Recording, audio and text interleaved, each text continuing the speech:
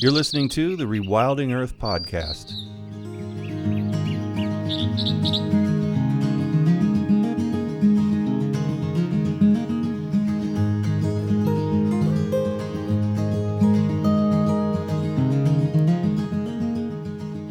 The Rewilding Earth podcast is supported by businesses such as Patagonia, Catula, and Biohabitats, as well as the Whedon Foundation and listeners like you. If you love the work that the Rewilding Institute is doing, please consider donating at rewilding.org. And be sure to sign up for our weekly newsletter while you're there.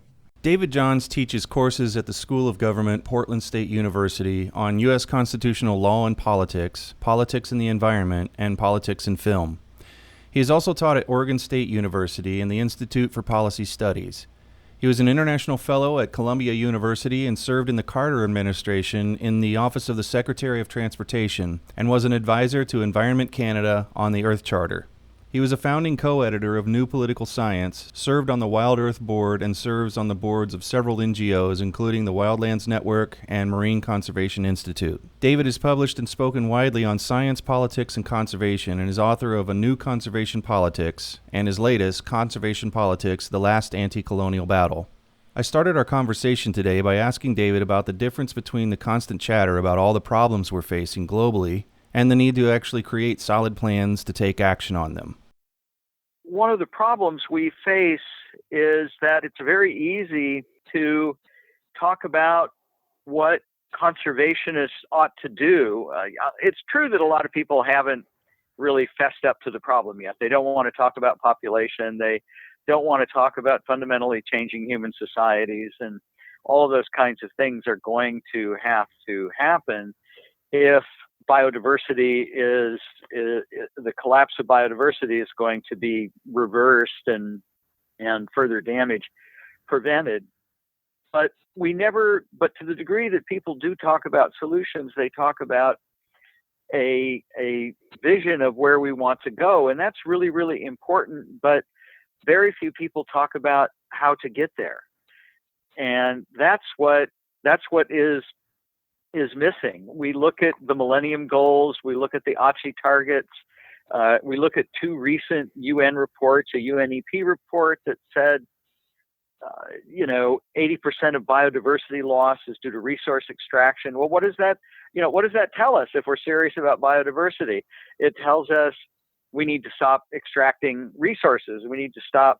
Our species needs to stop taking so much, and that probably means there shouldn't be so many of us as well. But it's easy to say, yeah, let's change that, but how and what exactly do we do to do that? And that's one reason I think making an analogy to human on human colonialism is useful, because it suggests how one might go about dealing with that.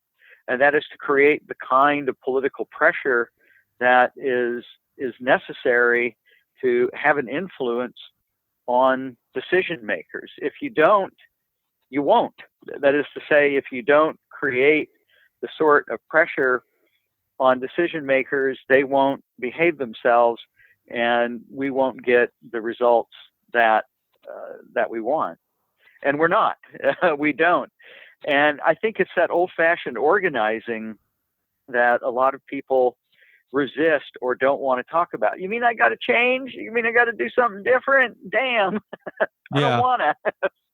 Well, it is kind of funny to think about all the different responses you see out there when people read something horrific and they chime in with, we need to do something. And I always picture where they're sitting and where they just went to eat, and how far they drove to get there, and did they just fly into Seattle or something like that. We're in a system, we're fighting within a system that is, it's just really strange. It would really be nice if we could step out like the Matrix and look at it from the outside. When you talk about doing something, like really, really doing something, and you turn and face, at least in the current political environment, I get a sense of deflation. I just go limp a little bit sometimes. I know what we have to do to keep up the pressure until there's a new administration, which is kind of the only thing day to day keeps me going is that there will be a new administration. There always is a new one. But we've been putting up a fight. We've been organizing. Are you saying that we've had better times and worse times in the past? And would you want to talk a little bit about what were the better times when when you feel like we were really knocking them down and organizing the right way and creating the kind of change politically that you talk about? It is very hard to find ground to stand on to fight when you are within the system. And certainly when we're talking about conservation in the developed West, most of us are middle class, and bringing about real change is incredibly risky. And when I think back to risk-taking, not only within the conservation movement, but in other movements like the civil rights movement and the anti-apartheid movement, those were all people who took significant risks, who, not only physical risks, but legal risks and others. The first Earth Day, 1970, 10% of the U.S. population was in the streets. 10% of the population. We haven't come anywhere close to that kind of mobilization and that kind of action since then. Not even remotely. In the 1980s, the environmental movement or the conservation movement became quite professionalized and adopted almost a completely insider strategy. Let's raise money from check writers, let's hire professional staff, and we will lobby. And that's important work, but by far and away, it's not enough to bring about the kind of change that we need. We need not only insider strategies, or approaches, but outsider approaches, the kinds of approaches that other movements, including anti-colonial movements, have often taken. That is to say, how do we make the cost of the status quo really high? We shouldn't forget that the kind of life we impose upon other species, the colonial relationship, if you will, it's not a metaphor. It's real. It's about taking away other species' homes, their food, their lives, even, and that is really, really violent. And resisting it is not going to be easy. When you tell people they have to stop doing stuff, and not just individuals, but that there's a structural problem that has to change. Think back to the civil rights movement. Think back to the struggle against slavery. You don't get to own people anymore. What if we were to make those kinds of statements and to go about trying to dismantle and get in the way, resist, if you will, the kinds of institutions that insisted humans have a right to own and do whatever they want with the world. I think back quite often to Frederick Douglass, who's, I suppose, one of my heroes, and he was, of course, the 19th century abolitionist. He was an escaped slave and so on, and he wrote long time ago, over 100 years ago, well over 100 years ago, that power concedes nothing without a demand. It never did, and it never will. Find out what any people will quietly submit to, and you have found out the exact measure of injustice and wrong that will be imposed. And these will continue until they are resisted with words or blows or with both. And I think a lot of people resist going there. And in Douglas's words, there are people who want rain without thunder and lightning. They want the ocean without the awful roar of its many waters. But wrongs can only be righted by labor and suffering and sacrifice and so on. So, how do we instill in people that kind of passion? And it is energy intensive. It's exhausting. Where do you begin to bring that kind of pressure? How do you start to organize people into, a system where they can act together and bring the resources to bear?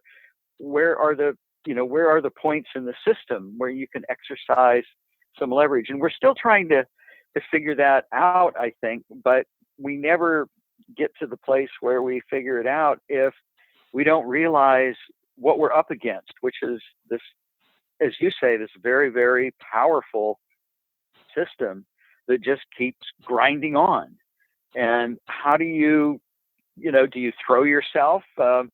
Earth First used to use the term monkey wrenching. Do you make yourself the monkey wrench? People want to write books. They want to study things rather than go organizing and go out into the streets and do the kinds of things that are sometimes necessary, because it is risky. People have to sacrifice their jobs. People have to sacrifice their ordinary day-to-day lives to take that on. And that does happen sometimes, historically, but it hasn't happened for a long time with conservation. We haven't gone there with conservation. And so how do we mobilize people to get that passionate and excited about resisting the status quo? How do people do it when they want to, throw the British out of some place, or throw the French out of some place, or throw the Americans out of some place? Yeah. It's not easy. And for blacks in the U.S., we talk about, sort of being within the system. That took a couple hundred years. We don't have that kind of time now. We've actually been at it 100 years. So maybe we only have another 100 to go. I don't know. Well, I think one of the problems, and it really didn't dawn on me until like Soule and others, started talking about the age of this is the Anthropocene. And I was like, well, I know that there's a lot of bad things. I knew immediately what that meant, but I didn't know everything. And it dawned on me a little later that one part of that is the psychology of humans being superior to everything else, and that every other species and every other living thing on this planet is subservient to our wants, needs, desires, our economies, our machines. That's when it scared me. That's when that word scared me. Because I was like, wait, did we jump the shark? Because it feels like a lot of people agree with that without even knowing that that's what they're agreeing with. By being in the machine and all that kind of stuff, by being in the system, you kind of are goaded in that right from birth. You're soaked in it and not really realizing. So massing a lot of people, like Greta Thunberg is doing her thing, and that's really the only picture in my mind right now of great mobilizations that are happening anywhere on this planet. But I don't think that I'm worried about it. Like, I don't know that there are enough people that are willing to pile on to that, which are required for that to really succeed, to get out of their comfort zones. Because we're also, the conservation movement is very comfortable. We would also like to just fill out petitions and lobby, go to DC once in a while, and do all the safe things too. The conservation movement is completely complicit in what you described. It's not separate from it. How does that not keep you up at night? Or does it? Well, I write, and then it puts me to sleep. No. I also sense that a sense of humor is very key in all of this. Yeah, no. You go crazy if you can't laugh at it.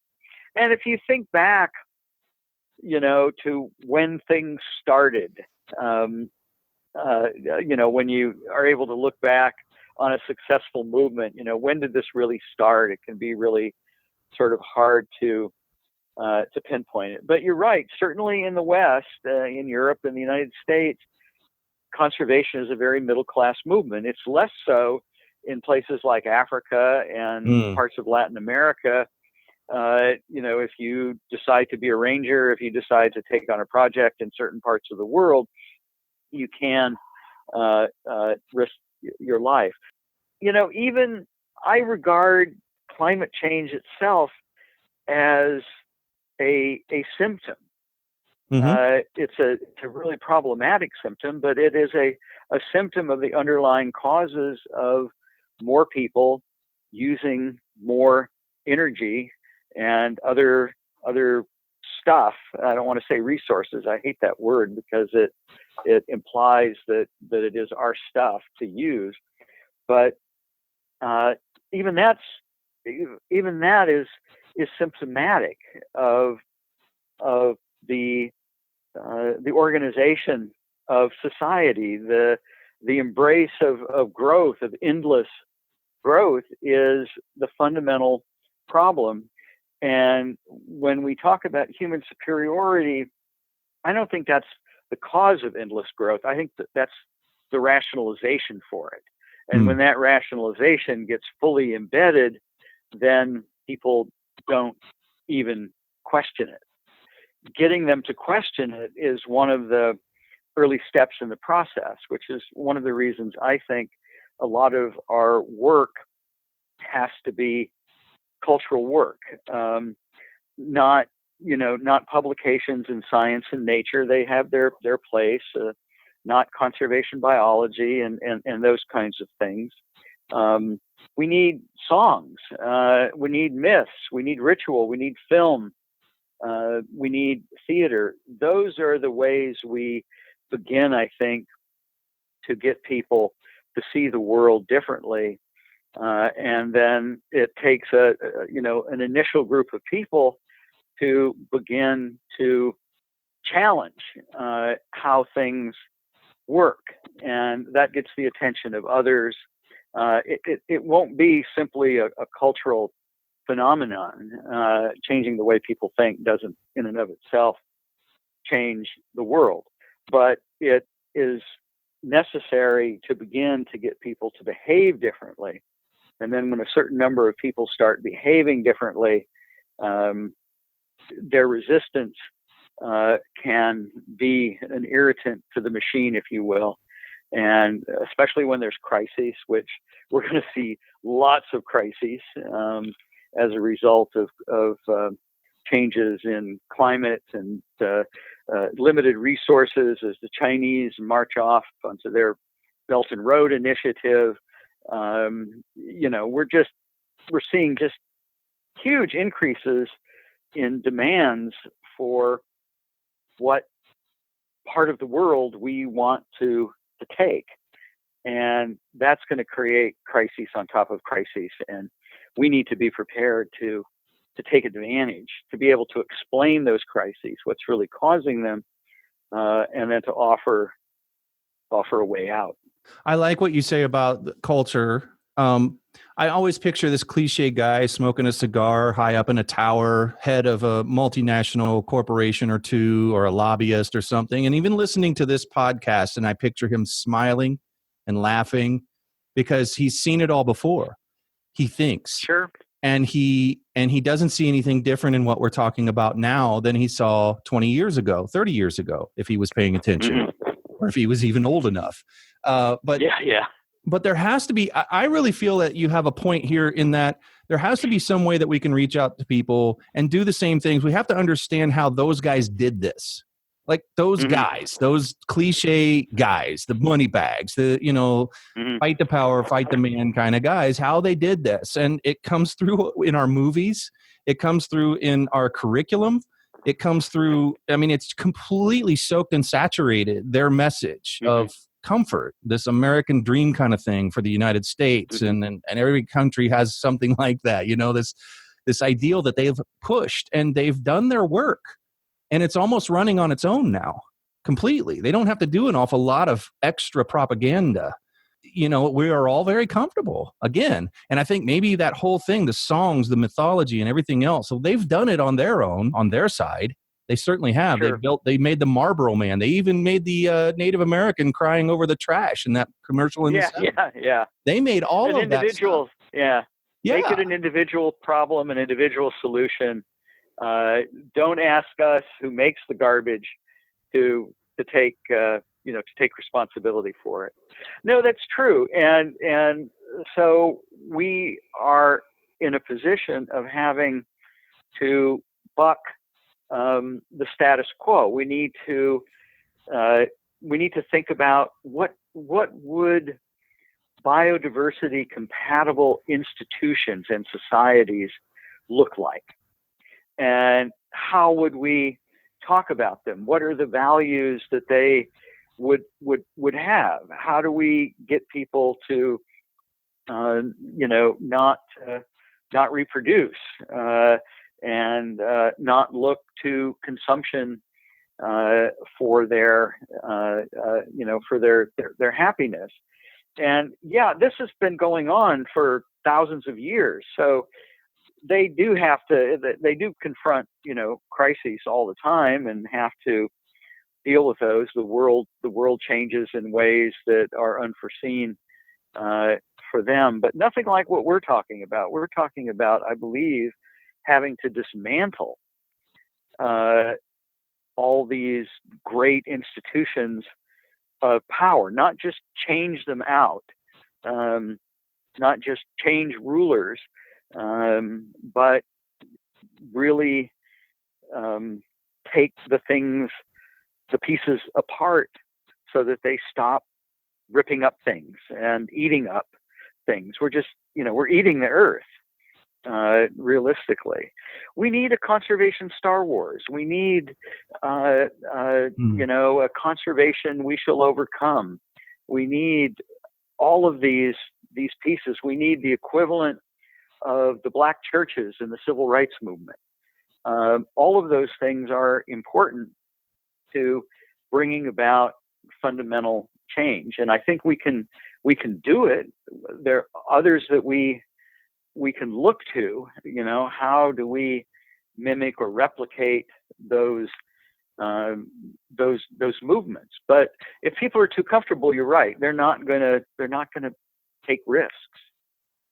Or if Hollywood, for just to take one example out of all of those, if Hollywood is too conservative to really hit it on the nose, one might argue we've had our conservation Star Wars in movies like Avatar, but those, or just a really recent one, a horrible movie, but Jurassic Park World, the thankful end of the saga of that series. I found myself having to watch that. My son wanted to see it and everything. And sure. They have conservation messages deeply embedded in them. And other people who are more aware will go, no, they were right on the surface. But I'm talking about from a general population perspective. Sure. Those messages were deeply embedded. And people, I can now see in retrospect, that they walked out of the theaters largely unchanged, obviously, by those movies, because they got seen by a huge portion of the world. I mean, they were very, very big movies, very, very big, the biggest with Avatar. And it seems like we're on the right track when we're trying to embed those, or whoever is trying to embed those messages, but they've embedded them, I feel, too deeply. I think we need to be more on the nose with this stuff so that people understand, while still playing within the machine and being entertaining somehow. Because a lot of people don't like to pay a bunch of money to go into a theater to be depressed. Well, I don't think we want to depress people necessarily, but sometimes that's unavoidable. Michael Soule used to accuse me of being the most depressing person he knew. But I think that the distinction you're getting at is, how do we get people to act? It's not about just getting people to change their mind or to agree with a certain viewpoint. The whole point for us must be, how do we get people to act, and not just act as individuals. I'm not going to eat any more meat. I'm not going to, drive a tanker truck. I'm not going to do this, that, or the other thing. But I am going to join an organization of activists that engages in, ongoing political pressure to fundamentally change policies. And what policies do we want to fundamentally change? Well, how do we begin to undercut growth? How do we begin to alter the fundamental economic and social institutions of our society. We don't get world leaders today that come out and say, yeah, screw biodiversity. Let's just liquidate it all and make our pile. And, by the time we're dead, somebody else will have to deal with the problem. They don't say that. They sign treaties about how wonderful biodiversity is and what they're going to do, but then they don't do it because, in fact, they are engaged in a number of ways of having to keep the system going that they are serving, and that requires growth. It requires tax revenue. It requires energy and subsidized energy, and so on. It's a little like disarmament, I suppose, in some ways. Who's going to go first? Mm-hmm. And the only way anybody is going to go first is if they're feeling the pressure, if they're feeling the heat, and the kind of heat that brought the old Soviet Union down. Now, they were ready to go down anyway. Gorbachev could have brought in the troops and done what earlier Soviet leaders had done, and beat the protesters up and put them in jail and so on. For a variety of reasons, he didn't, and the thing began to unravel. Will we confront opportunities like that? I don't know. And sometimes when things start to unravel, they get worse before they get better. Well, let me float this by you. Let's see if this is interesting to you. I always look at, political regimes as like a pendulum, and they swing radically. And a pendulum always swings back in the same direction with the same force that it was shot the other way.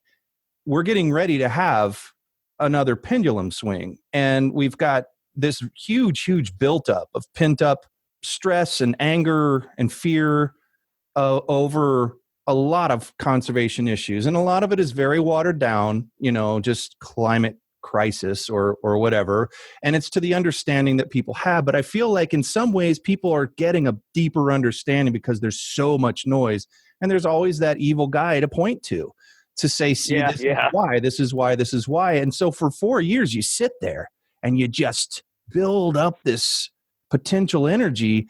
Talk about what you think might happen once that pendulum starts swinging the other way, in terms of what really big, hard, very, very heavily guarded doors we've never really been able to get past might be opened by that pent up potential energy that's been built up here. That's a really good point and question. How do we use the leverage of frustration, if you will?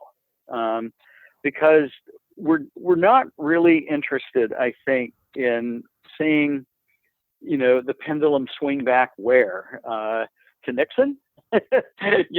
Right. We got all those great things out of Nixon. We got ESA, we got marine mammal protection, we got.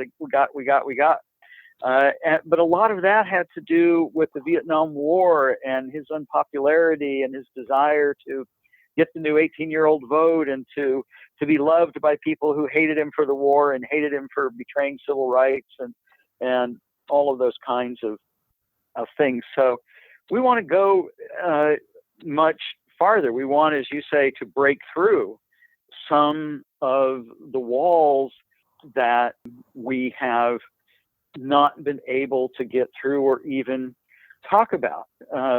What it would be like, for instance, for the United States to have a maybe not an antinatalist policy, but certainly begin to focus on a smaller population for the United States, especially given all that we consume. What would it be to not let the financiers and big companies to run the show? What would it be like to break them up and to create different goals?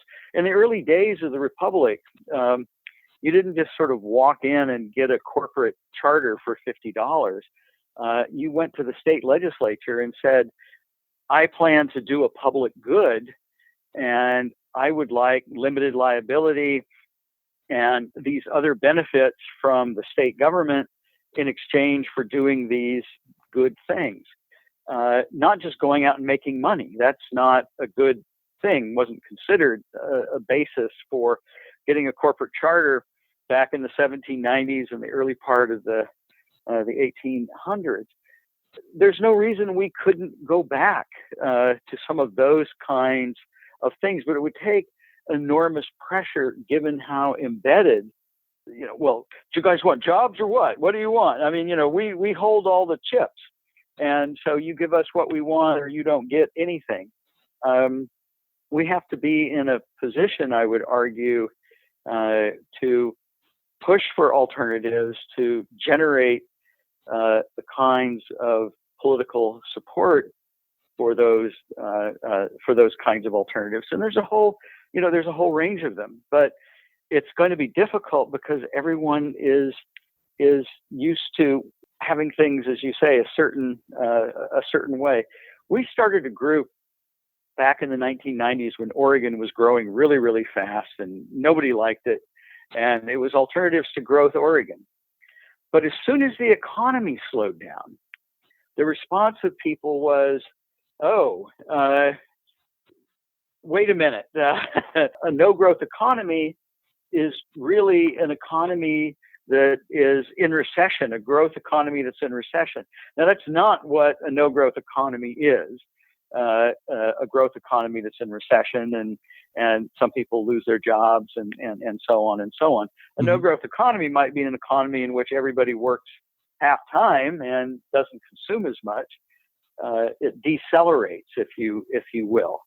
But if you just put people in a position of having to, some people working 6 jobs to stay afloat and other people completely unemployed and just being superfluous to the economy, that's not going to work. And for us to be able to create an alternative institutions, an alternative view and alternative institutions that can work while those who want to keep on with the status quo are doing everything they can to sabotage us. And if the politicians don't scare you, think about convincing Nike to sell less shoes in an economy that's not dependent on eternal growth. The question is, how do we attack consumption?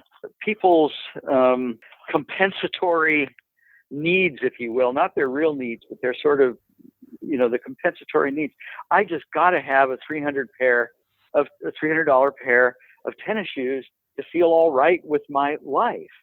And how do we begin to convince people, no, not only do you not need a $300 pair of tennis shoes, there's a lot of stuff that you don't need. Just as Nancy Reagan said, just say no. Yeah. Just say no to Nike, And there are other more meaningful things in life than horrendously expensive tennis shoes. But if your life is frustrating and disappointing and so on, who doesn't want to be a rich basketball player or a rich tennis star or a rich whatever. To me, those are all compensatory kinds of things. And why are people so needy for those kinds of things? Thoreau once said, you probably remember this. Well, you don't remember it, but you've read it. I was there. He said, a person is wealthy in proportion to what they can leave alone. If we accept that statement as true, then most people and most societies are extraordinarily needy. Even Adam Smith wrote about how a rich person, what he loves his wealth for more than any other reason is not the political power it buys him, not all the stuff he can have at his beck and call, but that when he walks down the street, he calls attention to himself and people point and say, this guy is really wealthy and rich and on top of stuff. And his heart dilates within him, Smith says. And, so even Smith recognized the issue here the problem. He thought, though, that there would never be such a great difference between rich and poor, that they would all ultimately live in the same neighborhoods, and they'd all have to live with the same consequences. We all got to breathe the same air, so that's why I'm not going to screw up the air, says the gasoline companies. So, but they do. Yeah.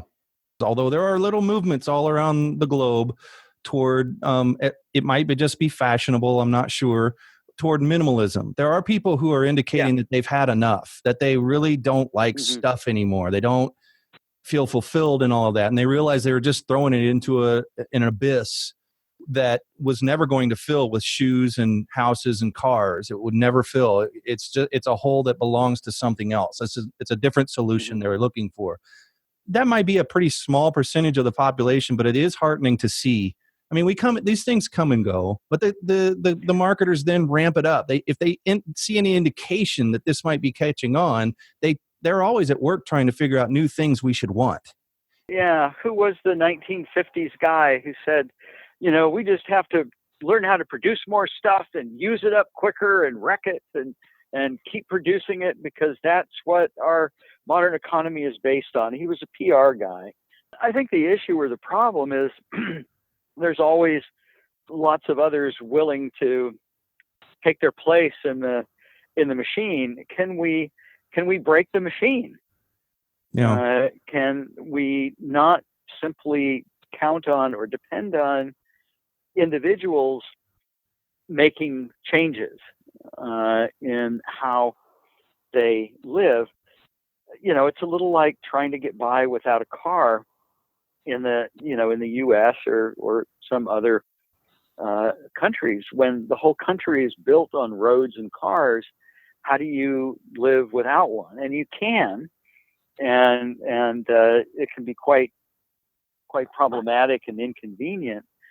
But what's really necessary is, stop building the damn roads, tear them up, and build, something else, rail lines, whatever. You see some food production moving in that direction, eat local.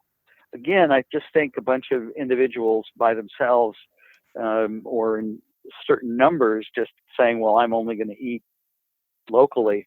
What about your coffee? What about your bananas?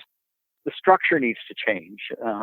I'm old enough to remember having food that was seasonal only. You got strawberries in mid-late summer. You got blueberries in another time of year, and so now it's year round. And they're more expensive in winter because they're flown in from Chile, but and we've come to expect that. Some degree it's status, but for some it's just become habit. In episode 22, Randy Hayes and I had a discussion about bioregionalism, and he made a point. He made the same point, except he said it with the exception of coffee and chocolate, I believe it was, because we don't want to start riots. We could go a long way in that direction before we ever ran up against having people make a choice on seasonal things or whatever. I mean, there's a long way between where we are right now and a completely bioregional, that we just don't drink coffee anymore. We can't grow it here, and we don't. Yeah. No, it's true. I mean, I agree, and I don't know how this is, going to unfold. But think of it, Jack. There's 7.5 billion of us. At the beginning of the Neolithic, there were 5 to 10 million of us. So 12,000 years ago, when we started farming, there were 5 to 10 million of us. And before farming, we lived primarily as hunter-gatherers in groups of 30 to 50 people, fissioning and fusing and so on. At about 400 people, you begin to get hierarchies, and that begins then to feed on it itself. So societies lose the ability to control the narcissists at about that stage of things, the sort of self-serving, self-aggrandizing type. So when we start talking about fundamentally changing our societies, we are confronting how do we deal with how we organize our lives. Does bioregionalism mean that the Pacific Northwest is its own political entity? Is it going to get beat up by the Intermountain West that has more oil or whatever? How is all of that going to play out? I was in the Soviet Union for a while after it collapsed, and there was no law enforcement. A lot of people were glad to have the KGB gone, but they didn't like the fact that there was no law enforcement and there was all this corruption. And it wasn't like they just turned the factories over to the workers. They didn't. They turned the factories over to oligarchs and to high-level Communist Party people who then became entrepreneurs and so on. So how we transition is going to be very difficult. But if we don't just confront this notion that there needs to be a lot fewer of us consuming a lot less, and energy would be the place to start. We're so dependent upon energy subsidies, and humans have been for a long time. It used to be slaves that we depended upon, and fire, and then water power, and so on. But it really exploded in the 19th century with oil. And that just multiplied. For every calorie we put on the table in the U.S., we spend 20. That's just, how can you continue to do that? The tractors, the oil, the pesticides, the pumped water, the miracle of American agriculture is dependent upon this huge energy subsidy, which isn't going to last forever. We'll try to make it last forever. We won't probably stop, but we're going to have to find some way to cut back on that. I think population is probably the easiest place. It would be easier to cut back on population than consumption. When you point out facts that we lose the ability to control narcissists in groups as small as 400, right after you said we're at 7.5 billion people, I'm thinking, oh my God. Yeah. So I don't feel so bad about the rise of our narcissists now because we had no chance at all. I mean, we were way over a group of 400 people. Difficult. As you talk, I'm like, yeah, farming's the problem. No, oil's the problem. Let's go get that. Yeah. I really think that there's so many things. Sometimes I love to fall back on the simple, and I think everybody else does too. When it gets too much, it's like, oh my God, there's this, there's that. And, like people are out there really solely and exclusively focused on climate crisis.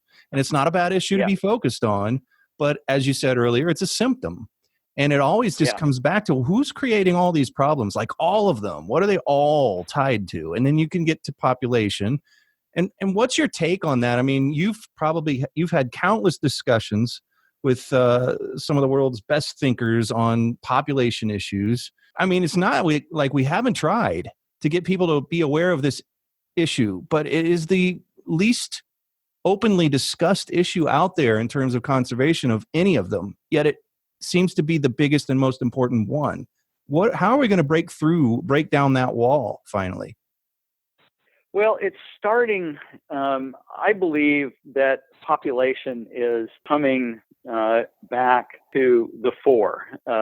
There are still those who, want to argue, oh no, you can't tell people what to do. The Chinese were so awful. But and they weren't doing it for biodiversity. They were doing it for development reasons. They were just going to eat up their surplus and with more people and have nothing to invest if they didn't do something. And they did, and it worked.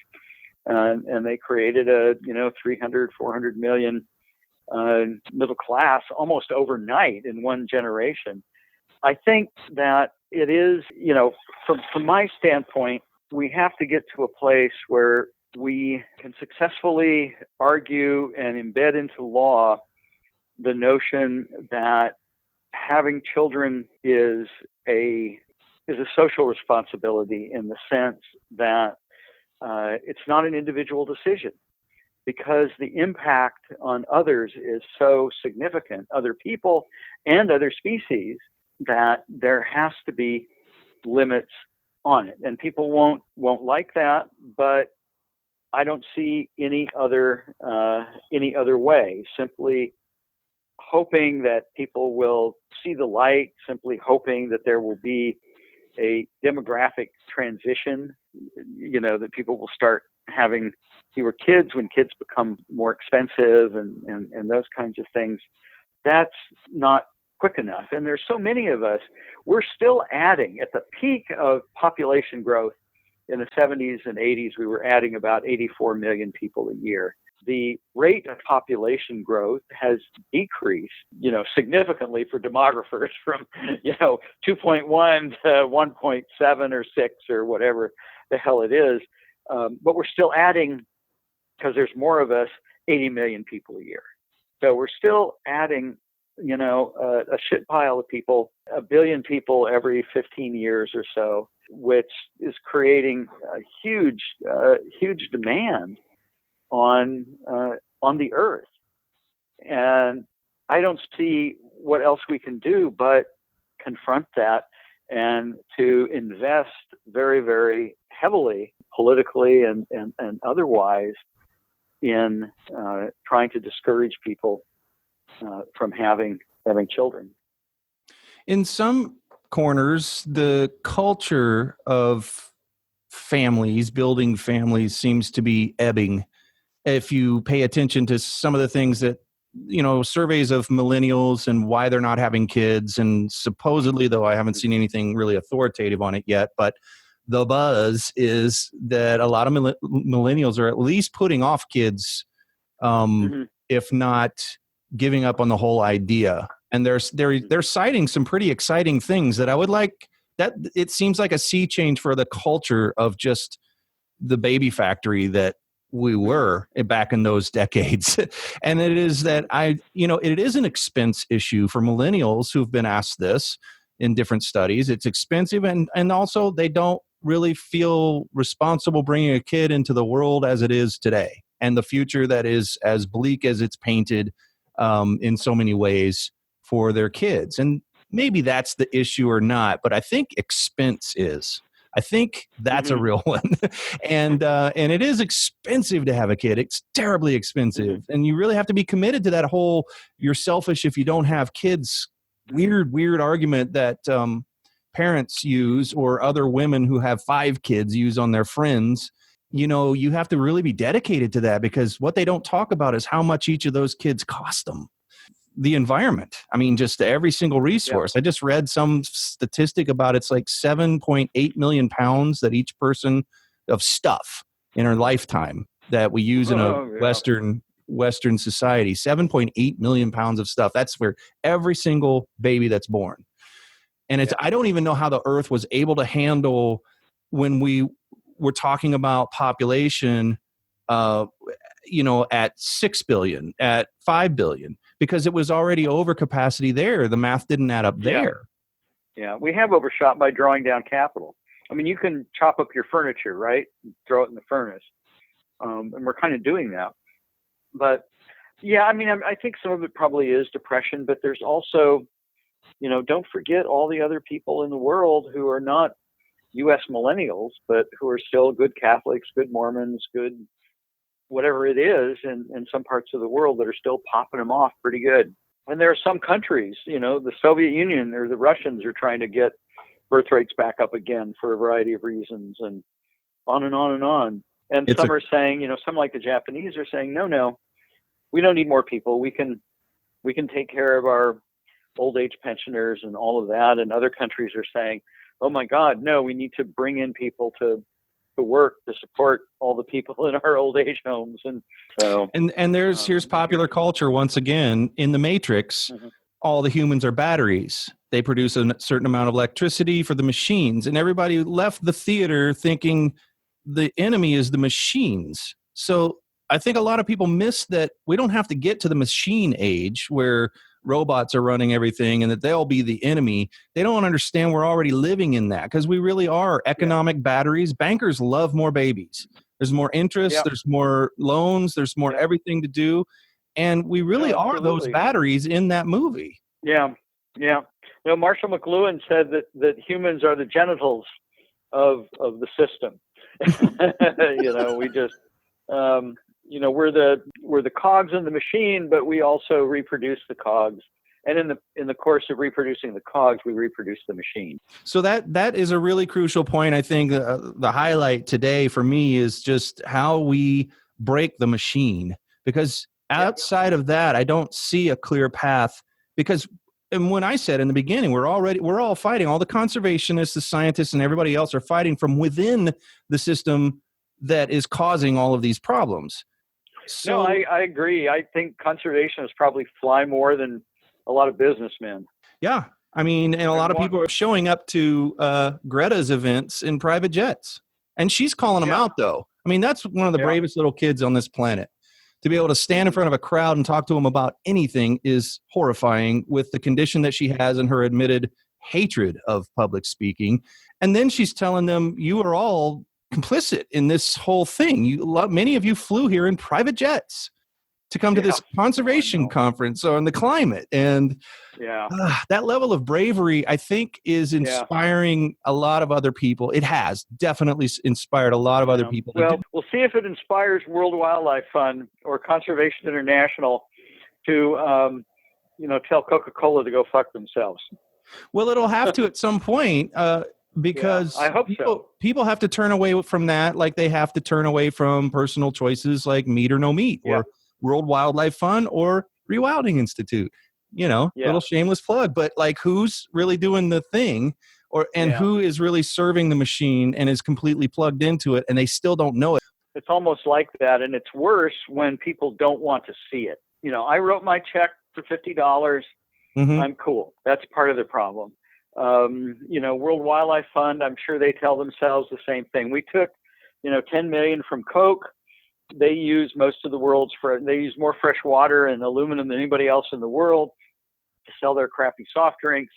We're going to turn a blind eye to what they do, but we're going to use their 10 million to save the armadillo or something in Santa Elena.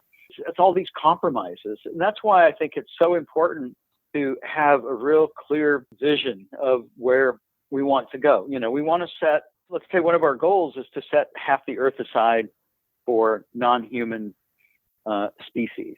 That's a pretty clear goal. And the nice thing about a goal like that is one starts with that vision and then you back up from there. Okay. How do we get there? Not say, well, first let's do 3%, then let's do this, let's do that. You know, start from where you really want to go and what are the steps back from there. So you don't tend to get caught up so easily in, you know, the near term, the short term, and never get to the long term. Think about where we want to be ultimately, and what are the steps to start moving in that direction. I think if we fall victim to what's realistic, we're doomed.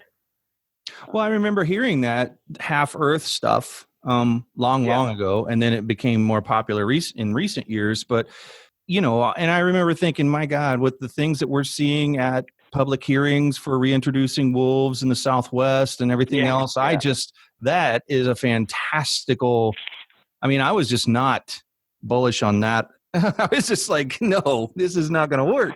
And nobody's going to, I mean, it's crazy. Nobody's going to ever believe it. But now it makes more sense than anything. And I think people are more in it, like the Weiss Foundation and E.O. Wilson and Nature Needs Half. All those guys are starting to be very palatable and understandable because there's so many issues flying around and there's so much stuff to think about. Half just makes it like, okay, half. Well, we need more wilderness areas. We need more private protected land. There's stuff to work on here really easy when you start to back off of that big vision. And I think what people need more than anything is to allay the confusion that is out there. It's just, this is simple. Okay, wilderness area, I get that. That fits into that half Earth thing. I can support this. Exactly. And it gives us an opportunity, I think, to go on the offense and not just be on the defense. We want half Earth for other species. We're at 17%. That's not good enough. And, just keep pushing at that. But at the same time that we do the direct protection, I think we need to, work on population and consumption and all those other kinds of things. No more cell phones. We're no longer going to go into the Congo Basin to, get the rare earths we need for these things. They're just going to have to go away. Super easy. I mean, we could probably have that done by next Tuesday. Yeah, well, I in some ways, one would think that we could because they're so recent. But it's very, very hard to get people to give up their habits. This one came on strong and really quick. This is probably mean, they'll look back on this period as holy crap. They won't be able to find another arc like this in human history other than to look at population itself. Population growth. Yeah. The way that the technological stuff is. The hockey stick. Yeah. Well, David, I love talking to you, and I feel like we just got started. You're definitely going to have to come back and be on Rewilding Earth again. We have so much to talk about. You're like a walking encyclopedia of sometimes depressing information, but also hope. Yes. Well, thank you. I appreciate talking to you. It's been fun, and it's been too long. Thanks for listening to the Rewilding Earth podcast. Be sure to visit rewilding.org to subscribe so you don't miss past and future episodes. And while you're there, please consider supporting Rewilding by making a donation or subscribing to the Rewilding Earth newsletter.